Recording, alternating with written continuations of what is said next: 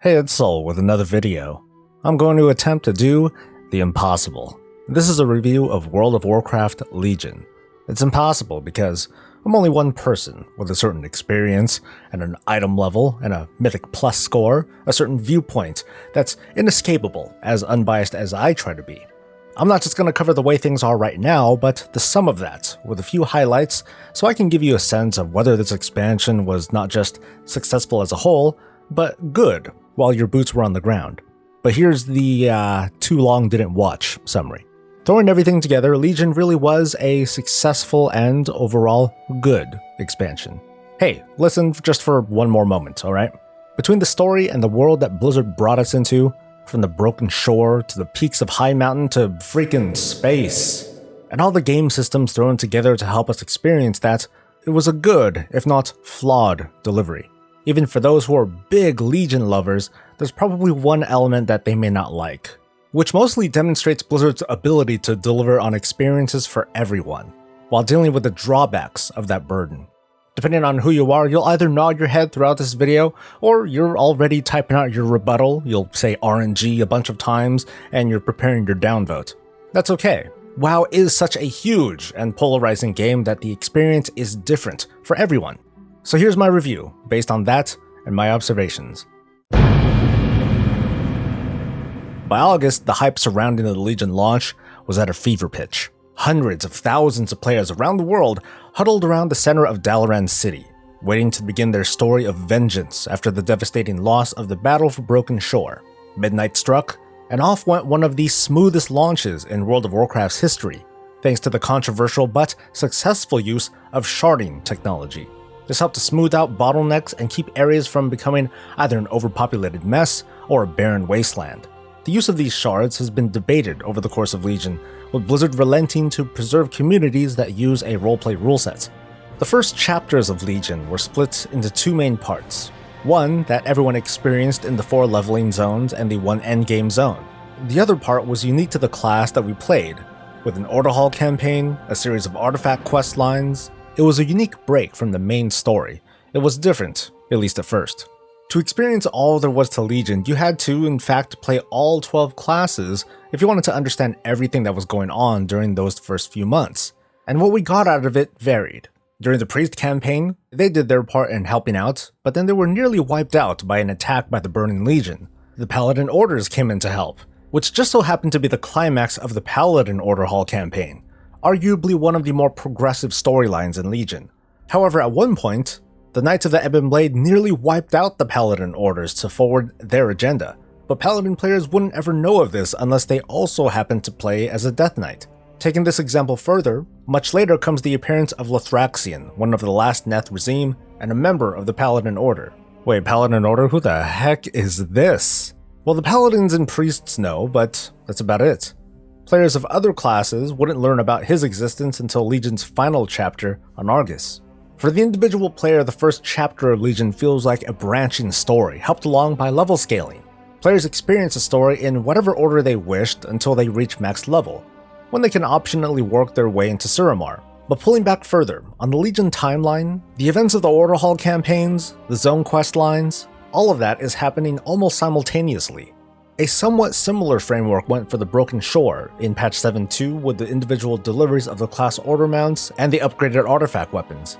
Past that was a very slow but shared experience for everyone with what smattering of story there was. And this unified story continued on to the end with the smashing of the Legion on Argus, the defeat of its Titan at the seat of the Pantheon, and the ongoing Legion epilogue, which could deliver on a unique experience for our classes once again. Maybe. Overall, this isn't unlike open-world stories seen in Dragon Age, The Witcher, Zelda, Grand Theft Auto, and other games that give players the feel of a branching storyline before bringing it all together by the end. And that's something to really appreciate when looking back at more linear quest formats. Apart from creating numerous zone paths like Wrath of the Lich King, this wouldn't be possible without level scaling, which affected both the leveling and dungeon experience. Overall, the story was as progressive as you could get with regards to the Burning Legion arc. Demons died, heroes died, leaders died. Illidan kind of saved the day, and then we don't know. And heroes rose. We rose as champions of our class, with familiar heroes of Warcraft now our peers. It's an incredible feeling unless that doesn't fit our sense of roleplay, and it's watered down knowing that this side of the story is the same for everyone. Between all of that though are the chinks in the armor, the missing pieces, the sidelining of Horde and Alliance politics. This is Legion, with the fate of the world hanging in the balance. There wasn't any room for petty squabbling among the factions, but there it went anyway, driven by a stubborn old man and a desperate old woman. Progression in the politics of WoW is usually exciting from a fan point of view, but the fact that this is more or less peppered in made selling the tension a challenge, I'm sure. That open war will come to Azeroth soon leaves a lot of questions to be answered in the coming months. What idiots wage war when there are clearly bigger things to worry about? Them. So that's one question down. The world of Legion is testament to Blizzard's sense of art, which is amazing, and balance, which is somewhat less amazing. More and more have we seen the world of WoW have this natural feel where an adventure can begin as soon as you leave the main roads and trails. Players are rewarded for the exploration with treasures and rares and alternate paths. There was always a way up to a certain destination if I looked, or if I had a trusty grappling hook. As usual, we're treated to some pretty incredible music to capture the theme of the zone we're walking into. The Suramar zone especially treated players to the largest cityscape in the World of Warcraft. Far larger than the faction capitals, complete with a school, zoo, jail, marketplace, and memes here and there. An illusion. Spoiling that though, and this is more of a personal critique, let me warn you, is the density of these otherwise great-looking zones. For example, as I'm leaving the Temple of the Moon to go visit Bradensbrook in Val'sharah, I think it would feel more epic to see Blackrook Hold a bit further in the distance. The vast city of Suramar captures the feeling of a big cityscape, at least from the water and the air. From land though, the approach doesn't quite capture that, holy crap, I'm walking into that kind of feel. There are a few spots where this effect is pulled off quite well, such as the approach to the Halls of Valor. This is where I find spots where sometimes art clashes with gameplay, and it's punctuated by the more Legion-esque zones, and we'll start with a broken shore. There's only one approach that gave a sense of scope, and that's the Cathedral or the Tomb of Sargeras itself. Otherwise, as much as it may have frustrated players, the terrain of the Broken Shore did sell on the idea of a Legion invasion, haphazardly constructed buildings and inhospitable terrain. But that frustration quickly gave way to a mix of relief and maybe melancholy, because only a few weeks after the Broken Shore opened up did players get their first opportunities to unlock flight, giving them a sense of control long missed. But granting flight also underlined one of my biggest disappointments in Legion, that the ability to fly didn't open up new avenues of exploration and gameplay. It simply made all of our current access to terrain faster, trivializing the Broken Shore faster than I expected, and again because nothing new was unleashed with flight, in a way it dumbed down the gameplay. Argus turned out to be a mixed bag on its own, and it's only partially because the zone is experienced entirely on the ground.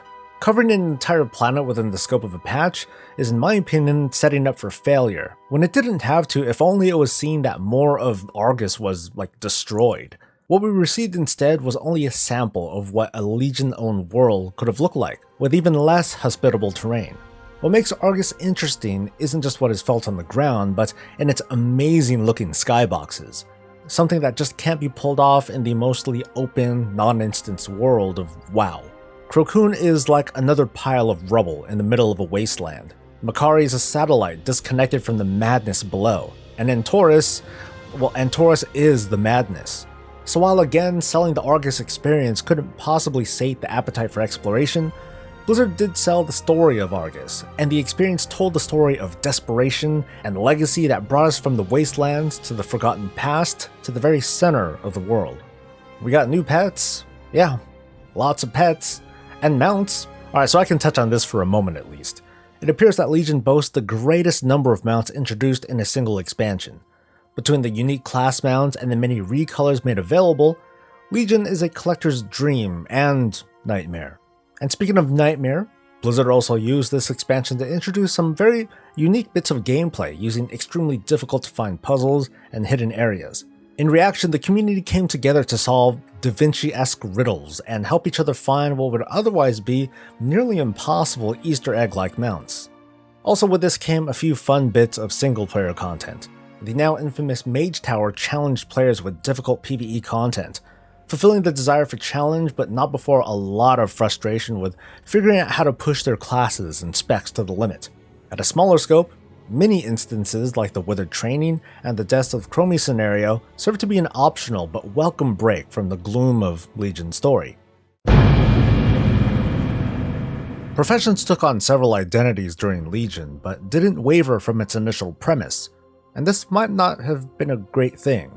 Each profession took players on a series of quests around the Broken Isles, to a series of dungeons, to sometimes an alternate universe. On the one hand, it was great that professions felt integrated into the Legion narrative. In practice, though, the questing might have been a little bit overdone. Professions are what I'd consider alternate progression, where the road to progress is paved with profession-like objectives, and not exactly venturing into a dungeon.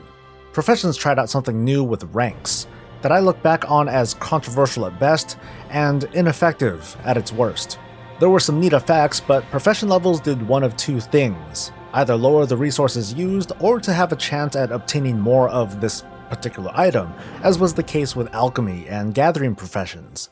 In either case, it just didn't feel great until one could obtain that final rank, and this was largely put out of the player's control, leaving them to either endlessly gather, or to almost literally sacrifice ingredients to a fire. I think it would have been better if higher profession ranks gave an increased chance for a bonus attribute or a tertiary, for example. It would have made early profession ranks still feel okay, and prevent players from feeling so skittish about crafting. As for the importance of professions in Legion, apart from consumables like potions and glyphs, it highlighted the sensitive relationship between crafted gear and min-maxing. Early Legion came with a pretty heavy slant towards the dependence on secondary stats for throughput, which was an unintended but appreciated bump for crafters to make gear with ideal stats. Since then, and with so many options for gearing, the demand for crafted gear dipped greatly, even after a few new recipes were introduced later in the expansion. Raids were of a more familiar delivery in Legion, with 5 in all of them with their mix of ups and downs and imbalance. A particular boss to note is kil'jaden, the final boss in the Tomb of Sargeras raid, with an encounter that underlined the flaws of that raid, particularly the need for certain class abilities and the punishing nature of the encounter mechanics themselves. Another sour note is something that I'll speak of a bit more later, and that's the way gear progression worked overall in Legion, and how it translated into raids. Item level bonuses called Titan Forging gave raiders the opportunity to power up well into the gear level needed to tackle mythic level raid encounters. This bonus had the unintended consequence of tuning some of these encounters with that in mind. It's also partially to blame for burnout. Titan Forging was but one of the many reasons in Legion to put a lot of work into your characters to stay at a competitive level. The more interesting deliveries of PvE content came in the form of some single player modes like the scenarios I mentioned, and also powerful content platforms that proved to be both popular and perhaps profitable. World quests were thought to be considered the next evolution coming away from daily quests, and it delivered on providing a nearly endless stream of rewards and activities for players to complete at their own time, or to skip out on without feeling punished. Many of these quests were inspired by bonus objectives and previously completed quests in that particular area, something that I think might have been a little bit overdone in Legion. So my hopes are that at endgame there's a bit more variety, and more importantly updated world quest content as time goes on. But it was the revamp to dungeons that may have affected WoW more than anything else in Legion. Mythic Keystone served a number of purposes in Legion, to provide continuous rewards past the regular Mythic difficulty, and to give additional dynamic challenges to players interested in smaller group content. Its success is without question, giving an endgame to those who couldn't raid for hours at a time, complete with its challenges and criticisms of the social systems that sorely need some catching up to do. Just like with raids and their higher difficulties, Mythic Plus and its higher difficulties separate players between dedication, skill, and gear. And just like with raids, it's more often than not where the would-be dungeoneers bite off a little bit more than they could chew, and group leaders find difficulties avoiding those kinds of players. As always, from the so-called industry of WoW, came add-ons like Raider.io to help players along with tracking statistics like clear time and highest keystone completed in order to compile a score. Its usefulness is still up for debate with strong arguments from both sides. This will no doubt continue even as we see more powerful social tools in the battle for Azeroth that may help complement these add-ons so group leaders and their members can create their own community. Nonetheless, the greater community that makes up Mythic Keystone participation is thriving, with dungeons of every level being completed every day, even now when we're at a period between expansions. The success has created a Mythic Dungeon Invitational, a now up-and-coming esport that's the long-awaited answer for fans who have longed for something exciting to spectate that unfortunately the nature of the world-first Mythic race just couldn't quite deliver on. As someone who lost interest in PvP many moons ago, I don't consider myself qualified enough to comment on the nuances of Legion PvP, including the haphazard system of gearing and the reward granting from season to season. But from this outside perspective, PvP appears to have been a game mode that was left floundering almost right out the gate. It was launched with a prestige system meant to simulate the feel of Call of Duty-like games. Also, in an effort to level the playing field and give would-be PvPers faster access to instance modes like arenas and battlegrounds, instance PvP was revamped entirely. In Legion, strength in arenas and battlegrounds were defined by a fixed stat template, and trivially modified by item level. That was wrapped around a gearing system that unfortunately didn't do very well at rewarding players for their efforts. What it summed up to was an environment where gear mattered much less in instance PvP, with the rewards to reflect that, but that didn't translate into world PvP, and those who only participated in instance PvP tended to struggle in that space. Let me remind you again that I'm looking in from the outside, so maybe I'm not quite on the mark, but I can at least give the opinion that the rewards for PvP felt lackluster. I think it would have been a better service for PvPers if their gear sets were more than just a recolor of Mythic raid gear, something not entirely new, but something that's, well, kind of stale. At first, I wasn't a fan of the prestige system because of the occasional cool reward and that feeling of prestiging, to do a reset on your character's PvP talents was stripped out shortly after launch. Criticism continued over the prestige grind up until the end of Legion. Prestige is not shared, leaving players with a Herculean task of honor grinding for every character they wanted rewards for. Thankfully, this is going to change in the battle for Azeroth, but this was just another sour grape that dogged down PvP. The game systems for Legion made for some of the more revolutionary, if not dubious highlights of the expansion. Chief among them is the idea that these systems are integrated with equipment in a kind of symbiotic way, which may or may not have been intended. Artifact weapons take up one equipment slot, serving as a plot device, progression system, and class enhancement all at once. Legendary gear used up to 2 equipment slots and was a way to customize the output and feel of a given class and spec. Titan Forging was a bonus, meant to reward the monotony of repeatable content with those random moments of excitement, so they say. At one level, it encouraged players to feel okay about doing things they've already done. At another, darker level, it encouraged players to continually grind out content, in the hopes that they could deck out their characters with the most powerful gear possible, an unintended but now an expected reality. Put together, we have a mix of systems that tease at those moments of fulfillment felt on a daily basis. By the end of the day, I could say, cool, I earned a bit of artifact power today. Or, nice, I got the legendary I was hoping for. Or, alright, the weekly chest got me an upgrade. One thing lost or missing from that was the directness of cause and effect. For some, the sense of farming wasn't like how it was before. If a player wanted that certain helmet, it wasn't enough to just get the helmet, but to get the maximum Titan-forged version of that helmet, with a socket, a tertiary bonus, and a bowl of chili to go with it. And in a few months, when the next raid and dungeon came out, there was a reasonable chance that that helmet is still what's best for that player, only with the new, higher maximum Titan-forged version. Fulfillment of that sort is already temporary in the World of Warcraft given our typical progression from tier to tier, but the idea that the same item might haunt us for an entire expansion is a little bit unsettling. It left the actual sense of fulfillment to legendary gear, and unfortunately there was almost no control over how to obtain them, not until very late into the expansion. But the final and perhaps most cruel feature of these systems as a whole wasn't with the frustrations of control, but the moment that has yet to come, when the artifacts and the legendaries will ultimately fade away. In previous expansions, there was a little bit that came with us. A few new talents to mess with, an ability or two, some sort of identifier, while Blizzard sought to reinvent the wheel each time, for better or for worse. In the transition from Warlords of Draenor to Legion, it could be argued that more was lost than gained. It wasn't just the so-called pruning of abilities and the removal of major glyphs, but also the loss of leveling perks, a few random but reasonably cool enhancements for every spec. I for one was fond of my Avenger Shield striking 5 targets, and I was more than a little bit disappointed that it wasn't just taken away, but it had to be reacquired in the form of a legendary in Legion. As we leave this expansion and move towards the battle for Azeroth, we'll again say goodbye to the systems of old.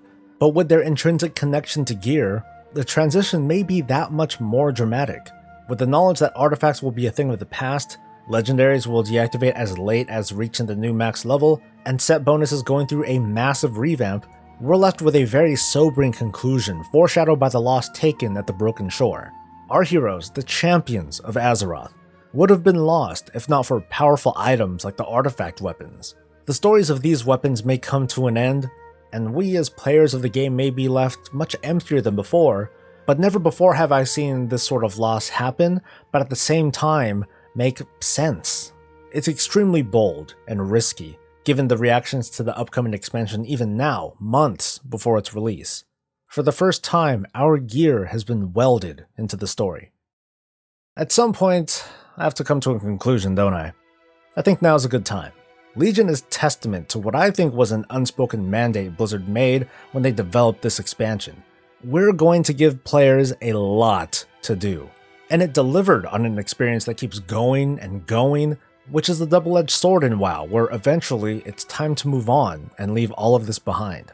But I think we're coming away with this with the realization that that endless gameplay needs to have elements of both random surprise, mixed with the relief that we're getting that thing that we want, something that the Battle for Azeroth expansion will claim to deliver.